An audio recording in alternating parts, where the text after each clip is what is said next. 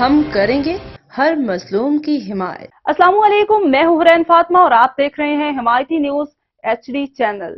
نظر ڈالتے ہیں آج کی اہم خبروں پر۔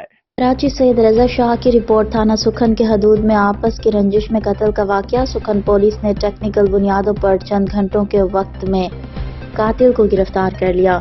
گرفتار ملزم عزیز ولد شریف واقعے کے بعد موقع سے فرار ہو گیا تھا۔ قاتل عزیز نے اپنے چھوٹے بھائی سلیم کو چاقو کے وار سے قتل کیا۔ گرفتار ملزم کے قبضے سے قتل میں استعمال ہونے والا تیز دھار آلہ بھی برآمد کر لیا۔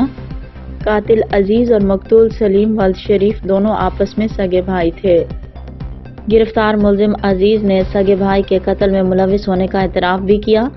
سکھن پولیس کی جانب سے مزید قانونی کارروائی عمل میں لائی جا رہی ہے اور مزید تفتیش کا سلسلہ جاری ہے۔